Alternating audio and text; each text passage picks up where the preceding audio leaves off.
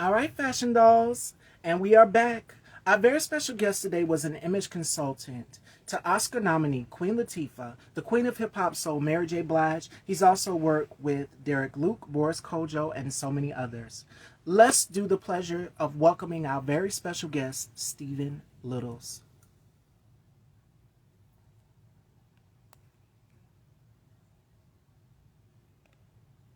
All right, fashion dolls.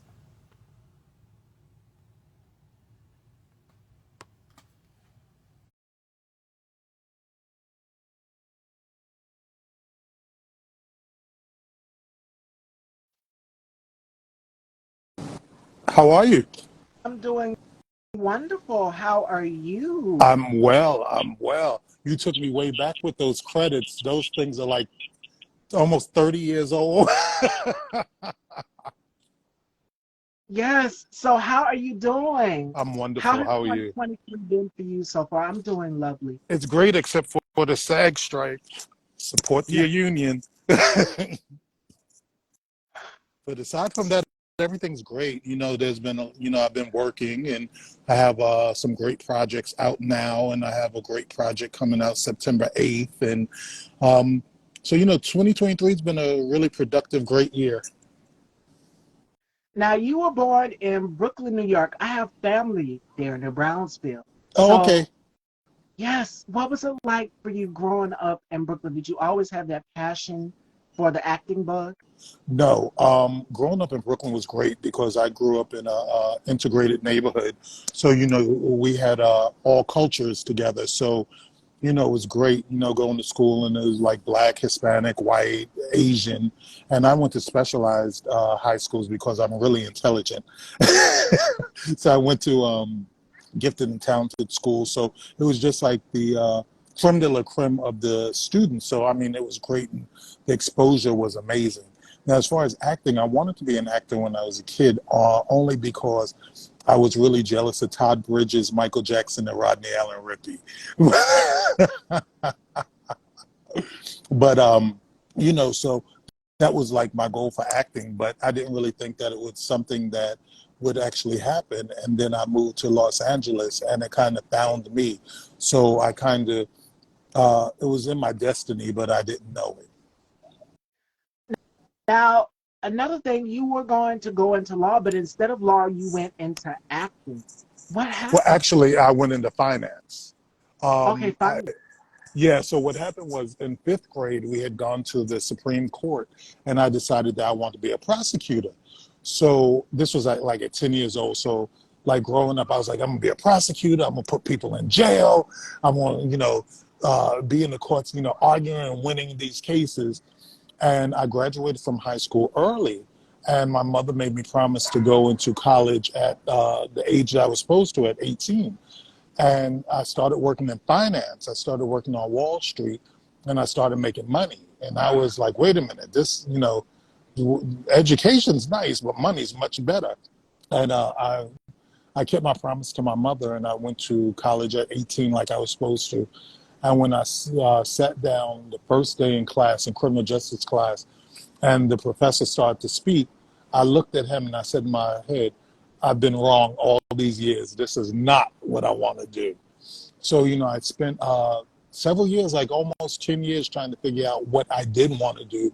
And I tried all different things. I was an executive production assistant for um, a music producer. I worked in finance. I worked in corporate. I did all these things. And, it wasn't until I was 27 years old I actually found my career. And you've also moved, then you moved to Los Angeles to Yes. work on a very popular hip hop magazine. What was it like writing for hip hop magazine?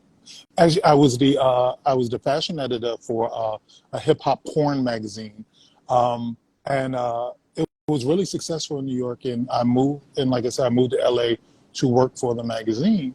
The magazine ended up going defunct, and that's how I ended up acting because I needed some quick money, and I went to Central Casting to find out how to get into the costumers union. And a director saw me and was like, "Oh, you have a great look. Come over here." And then I was like, "Oh, I could say this. I did something on TV." to my grandkids. And then I went on to another set to get the same information because I didn't get it on the first one. It was on the set of the sitcom Eve. And the director saw me and he gave me something to do as a featured extra. And everybody laughed. And one of the producers, Angie Bones, who if you Google her, you'll see that she has like tons and tons and tons of credits. She said to me, she was like, "You're really funny. You should be an actor." And then it still took 3 months for me to pursue that. But I did move to LA to work for a hip hop magazine. And fast forward, what I've already said in the beginning of the interview, you work with some of Hollywood's most biggest names. Yes. The queen of hip hop soul, Mary J. Blige. First cover. Love her. Queen Latifah, you went to work with Boys to Men, Nick Yes. Lachey, you've worked with Maya, you've Yes. worked with Derek Luke, you've worked Yes. with Foxy Brown herself, Pam Grier. The The list goddess. goes on and on. Boris Kojo. Yes. What was it like working as an image consultant to some of these big stars? Did you have any idea that they would excel and go that far in their career? Well, okay, so like when I got to work with Mary J. Blige, it was the beginning of my career. Actually, this photographer that I had worked with, he invited me to come and do the shoot. And it was for Mary's second album, For My Life. It was right before My Life came out. So I was already a fan. And so I was so honored to work with her because I loved the first album so much. And little did I know that that photo shoot would turn into a cover because it was actually the first photo of Mary J. Blige smiling. Because if you remember her first album, she had nothing with smiles. It was just And black 411. Yeah. right. And so we did this photo shoot, and I had actually cracked a joke, and she laughed, and the photographer caught the photo, and it was Kate Ferguson of Word Up Magazine. She ran it because she was like, "This is the first picture of Mary smiling," and then that photo led to me working with Aaliyah, which led to me working with Changing Faces, who was really big in '94, '95. Yeah. Which led to me getting Monica as a regular client. So my first music video was Like This and Like That by Monica. If you remember that video was Miss when yeah. we write for the Miss Thing album. That kind of made her kind of a fashion play because we did like 8 wardrobe changes, and it just showed the different versions of what Monica could be. And she was it just showed like as a 14-year-old that you can be a fashion play because Brandy was really sweet and stuff like that. And it was like after Monica came out as a fashion plate, then they kind of stepped up Brandy. And I can say that I'm proud to say that a lot of the looks that we did with Monica first ended up being replicated by Brandy, but Brandy actually had a larger audience. So when people saw it, they thought Brandy did it first, but a lot of stuff was me and Monica. Okay. And another thing people don't know about you is you was on Nip Tuck, you was on Lincoln Heights. Yes. You've done so many shows and so many projects. Out Yes. of your catalog of work, because you have a very extensive catalog of work, which one has been your favorite project to work on thus far? Actually, I can say my favorite project so far has been the project that I have out right now. It's called Picture Me Dead with Erica Mena and Charles Malik Whitfield. That's on Tubi. It was a #1 movie about a month ago, and that was the best project I've worked on so far because I got to play a character that I've wanted to play since 2004 that I had never gotten a chance to, and thankfully Chris Stokes and the casting director Carnetta Jones and Juanita Stokes, the producer, they saw that it was a character that I can play, and they hired me. And that project has been the most beneficial to me. I actually got new management out of it. I get facial recognition in the street. I didn't realize that so many people watch Tubi. So Yeah. right now, that's my favorite, and I'm looking forward to working with that crew again because it was a great set, and I really got to do what I want to do. And Chris Stokes is like a really good director, and Erica Mena. Anyone that saw Picture Me Dead saw that she's an incredible actress, and she really stretched and Picture Me Dead. So right now it's Picture Me Dead. I also have a project coming out September 8th called Self-Reliance through Paramount Pictures with Anna Kendricks and Jake Johnson and Wayne Brady and Christopher Lloyd and Gator. I actually play Gator from FX's Dave. I play his dad. I'm a character. uh, that was a lot of fun to work on because, Jake Johnson being a comedian understood that as a comedian, that there's so many different ways you can do things. So he kind of gave me free reign to do the character as I wanted and say what I wanted to do. So I would love to see the bloopers or the outtakes because every time we did this scene, I did a different take. So that was a lot of fun. And I'm just looking forward to like the next projects coming up to be able to expand as an actor and to show different sides of me. Because one of my jokes is I'm so talented I could play a little Asian woman if they hired me. Oh my goodness. I see you guys all are coming in. Hi, Will. Yesterday I did my interview with Will Dalton, and you guys know him from the Oscar-winning film Loving with Ruth Negga. Oh, wow. You guys can go and check that out. That is out right now on Netflix. And he was also on CBS's FBI. So make sure you guys go and check that out as well too. He is What's up, here. Will Hi, Dalton? Will. So how does it feel to have some of your colleagues? Because Will, you both are like in the LA area, I'm pretty sure of it. Yes. So how does it feel to have your colleagues in passing, be able to run into your colleagues and them just cheer you on and support you? Well, I think that is great because I know, especially like the gym that I work at, Yeah.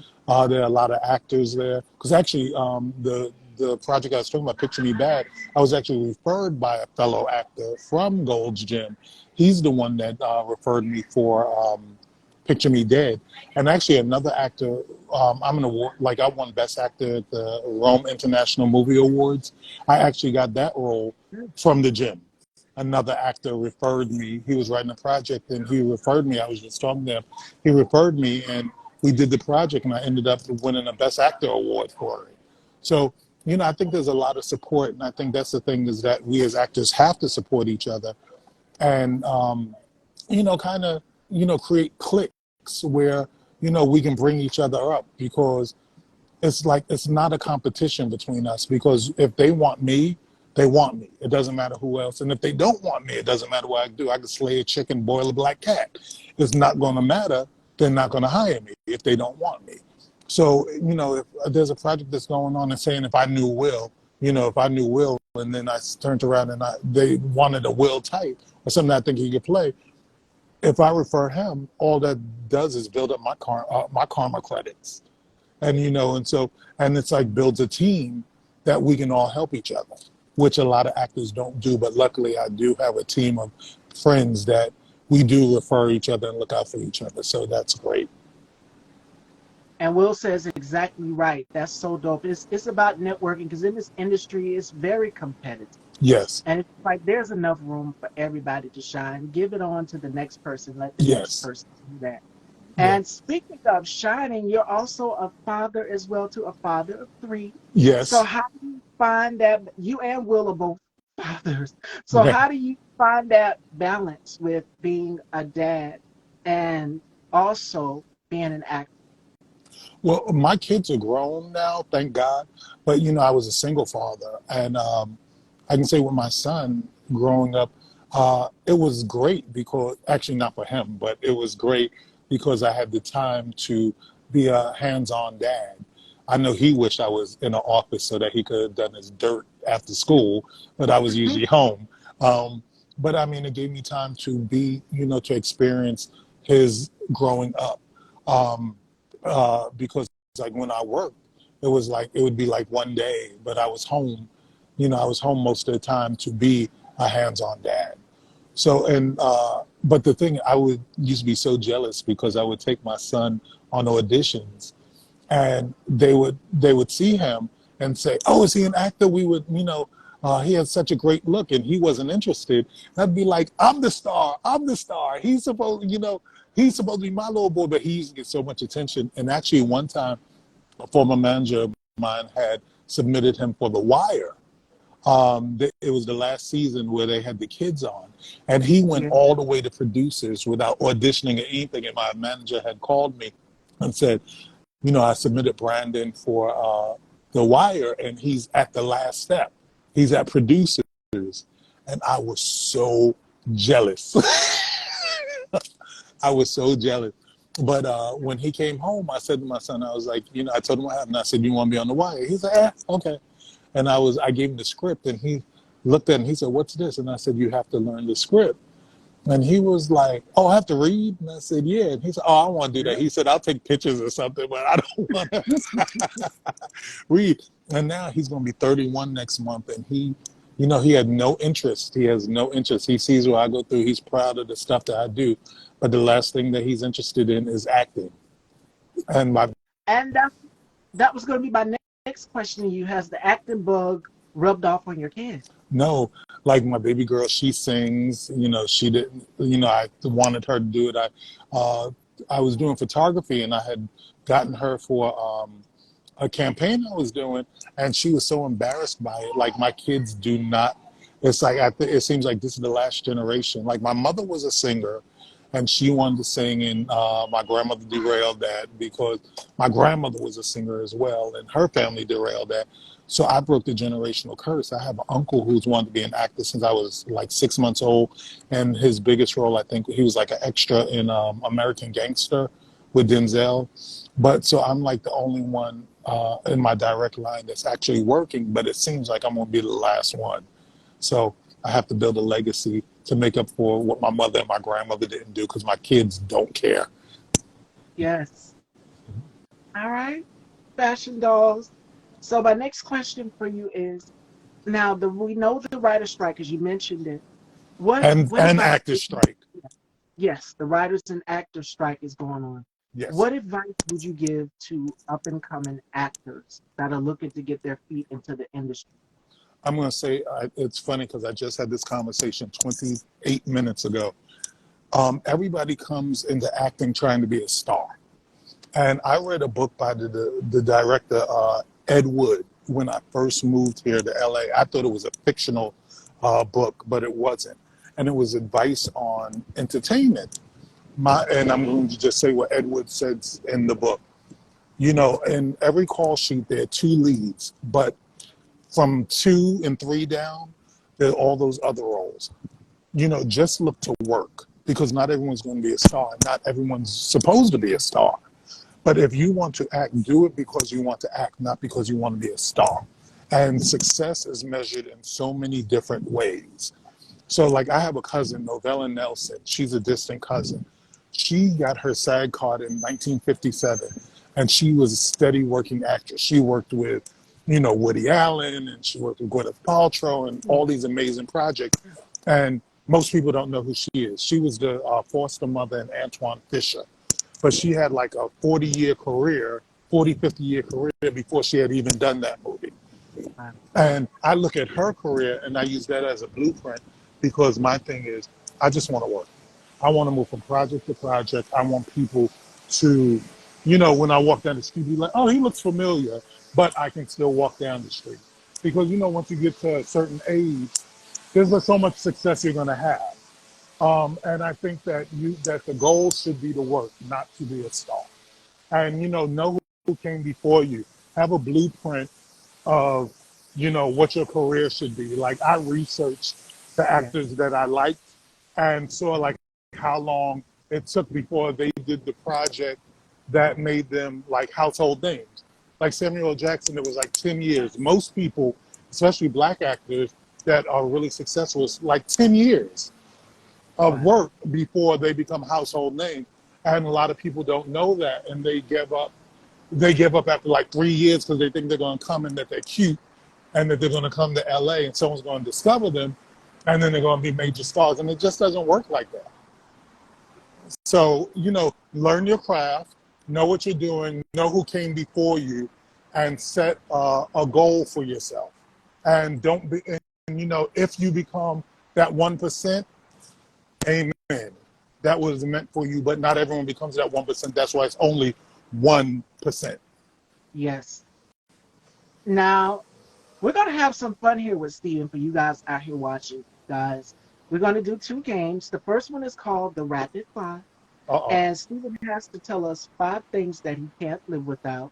It can be his favorite football team, your favorite drink, your favorite artist, whatever.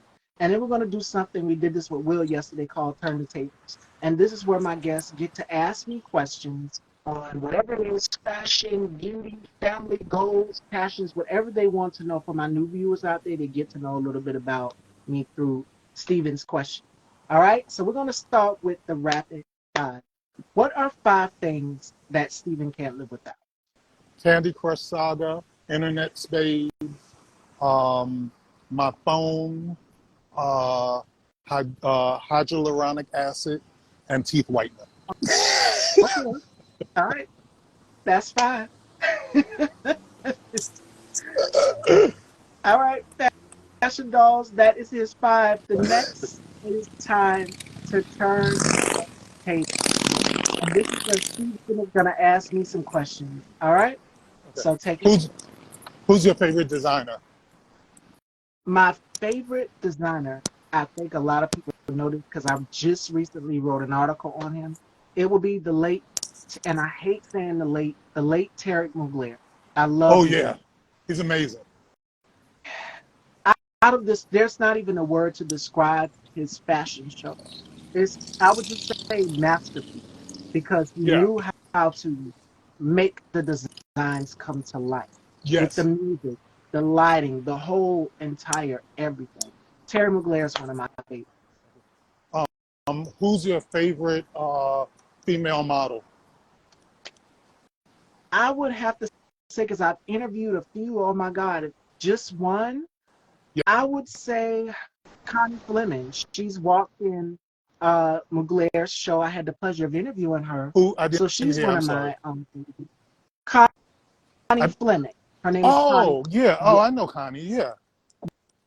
yes. I interviewed her. And I just say she paved the way for women like myself. And Yes. watching her in a couple of his shows, it's just amazing. She's just an amazing person. And she dropped so many gems when she was here. I love Cara Young too. She's another one of my favorites. Yeah. With the Revlon Unforgettable Women campaign Yes. alongside Veronica Webb and Claudia Schiffer, Cindy Crawford.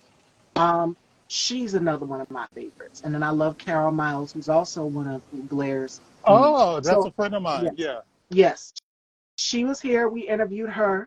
Um, who else? You know, It's so Connie many. Fleming is in the cover. Is going to be in B magazine with Tracy Africa next month. Yes, Yeah. groundbreaking. The first Yes. Black woman to grace the Clairol Born Beautiful Yes. box. That was Tracy Norman Yes. Apple. Yes. Yes. I just spoke to her. Well, I was on the phone with her Friday, I think, with Tracy. When we talk, it's funny. I can only talk to her once a month because when we get on the phone, we talk for like 4 hours. So those are a few of my favorite models. I love Naomi Campbell, of course. I have Of course. almost every magazine cover with her on it, and Cara. Of course, Christy Turlington and Linda Evangelista are a few of my Right. faves. The Those are some of them. Trinity. Yeah.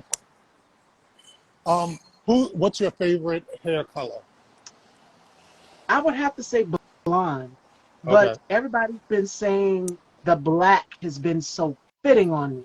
So I always go with the darker hair color, but I would have to say blonde. Okay. Um, if you could live anywhere in the world, where would you live? I would have to say Indonesia. I've Oh wow. seen beautiful imagery of it. I I like to. I'm a visualist. I like to Right. visualize things and touch and feel scenery. And I've seen pictures of Indonesia, just the gardens up there and nature is absolutely beautiful. Yes. So if I could live in any place, it would be Indonesia.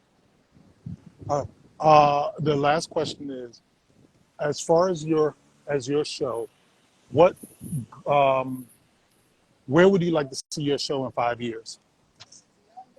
I would love to have my own network. Okay. Oprah has had a talk show for that long, so I would like to have my own network. And what I would do with it is I would give Black filmmakers, Black producers, Black writers, everybody the opportunity on my platform. Everybody will get their shot. You know you can get your own Roku channel. Did you know that? No, I didn't. Okay, we need to talk because I have one. I just haven't used it because it's a lot. It's a lot of work. But I'm gonna. I will give you the information that you can do. You can get your own Roku channel because mine is called Lunchbox Series, and I wanted to have like do what you had just said, but it was like I started booking work, and so it kind of derailed me for a short amount of time. But I'll give you that information. All right, I appreciate it. Yes, yes. All right, fashion dolls. That is it for Turn the Tables with Stephen Littles. Now, you have some projects. One is coming out next month, September which is, 8th. yes, Self Reliance. And then Yes, Picture Me Dead, of course, is on Tubi. yes, My and last question. Go ahead. Prisoner's Daughter is in movie theaters now with Kate Beckinsale and Brian Cox from Succession. All right, you guys can go and check that out. Are there any gems that you would like to leave to people that are looking to go into the acting? Because most people get on set and they think they're going for the lead or next to the lead role. It's Right, just like you got to start somewhere, like as an extra. Even some of the greats had to start on stage doing their own way and building their way up. right. What advice would you give or gems would you give to up and coming actors who are already out here, feet on the ground, on the page? Understand that you are enough and that all you can be is you. Don't try to figure out why you didn't book a job or what you can do to book the job. Because when they hire you, they are hiring what you bring to the project. And, there's so many things. Like I've done casting as well. And there have been people who did the best job with the acting, but they didn't really fit the roles. Like there was a sitcom that I had worked on in Memphis, Tennessee. There was this one girl, she was amazing. She just killed it, but she was too pretty for the role. So, understand that you are enough and that you're going to bring you to the project. Don't try to change who you are. Try to think what the people are looking for because Yeah. you will never know that. You are enough. As long as you know you are enough, you you can survive because people get depressed and they try to, they want to start getting surgery and lose weight or get Yeah. implants and stuff like that, thinking that because they see what someone else is, you can't compare yourself to anyone else. And you're going to get what you're going to get. If you're dark, light, fat, skinny, flat chested, bald headed, whatever it is, you're going to get what's yours. And you just got to get it when it's supposed to because not everything is for you. And you have to understand that and just be patient and don't give up. Absolutely. And to add on to what Stephen just said, I'm going to give you guys the word of the day, which comes from one of my favorite actresses, Viola Davis. This is from her novel, Finding Me. She says, success is absolutely wonderful, but it's not who you are. Who you are is measured by something way more abstract and emotional, ethereal than outward success. And that comes from Viola Davis Right. from her The Oscar novel. winner. Yes. So, The EGOT. yes, So, she, so finally, she knows what she's talking about. unified. Yes. So, Stephen, you have your projects that is coming out.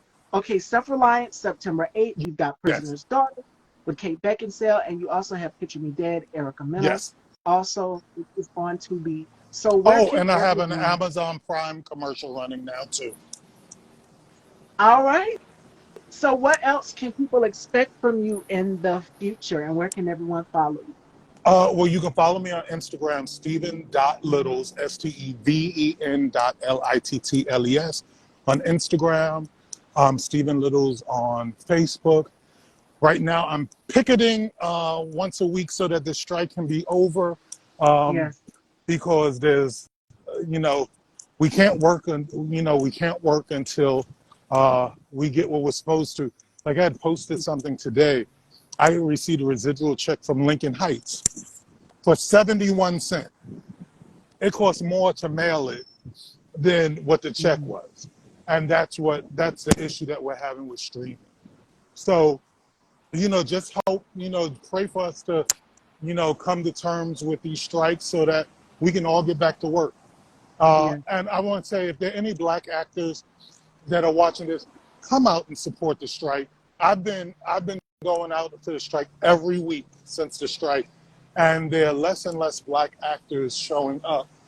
And we always talk about how we're underrepresented, but we're underrepresenting ourselves as well. So, come out, support. And I know a lot of actors with SAG aren't working anyway, so this isn't really affecting them. But, we need to show up. We really need to show up. Absolutely. So the fight continues, especially for an increase for actors of color. They Yes. need what they are deserved, rightfully so. Yes. Yes. So we have work to do. We All have a right, lot. dolls. Joining me Thursday, we have actor and voiceover artist Corey Sully. He will be joining me Thursday. So make sure you guys tune in for that. Stephen, thank you so much for this amazing, great combo. Definitely would love to have you back on Oh, again in the definitely. future. Let me know. For sure. I will be ready. All right, fashion dolls, ladies and gentlemen, Stephen Littles, thank you guys so much for tuning in on Style by Steve.